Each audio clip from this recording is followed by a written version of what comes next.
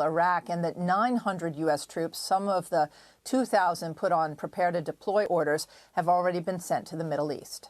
Between October 17 and 26, U.S. and coalition forces have been attacked at least 12 separate times in Iraq, 4 separate times in Syria, by a mix of one-way attack drones and rockets. We know that these groups are affiliated with Iran. So things are heating up in the Middle East. There are news of Israel's attack on nearby countries, including Egypt, Syria, Lebanon, and Jordan, on the borders particularly. And most recently, we've also heard about US stationing their military assets closer to Iranian assets in the Middle East.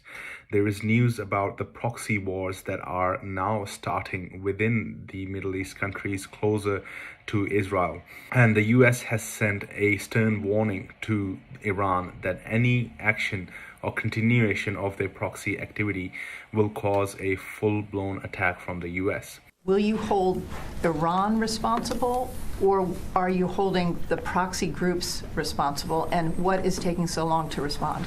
Look, I'm not going to get into telegraphing whether we are or not going to respond, other than to say we would do so at a time and place of our choosing. What we sometimes forget to notice is the situation in Ukraine stays unresolved. And I've said this before, that the attention from Ukraine had to be taken out. The war will have had to move out somewhere else where Russia gets engaged. And this is what we see developing in the Middle East. With the Iranian proxy wars, this could begin to lead to a more full-blown engagement of the US and Israeli forces, including NATO, in the Middle East, where Russia already has assets.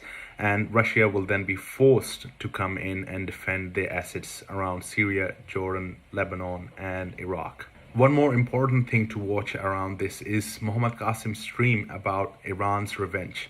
Some of you guys may know about Qasim Soleimani, who was the general of Al-Quds force in Iran.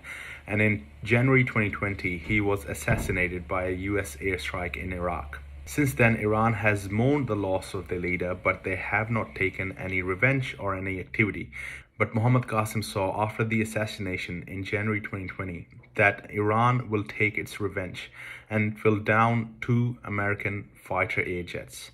The Russian Defense Ministry reported seeing U.S. coalition aircraft, including 8 F-15 and 4 F-16 fighter aircraft, 1 Reaper and 2 Gray Eagle drones in Syrian airspace 15 times in the last 24 hours.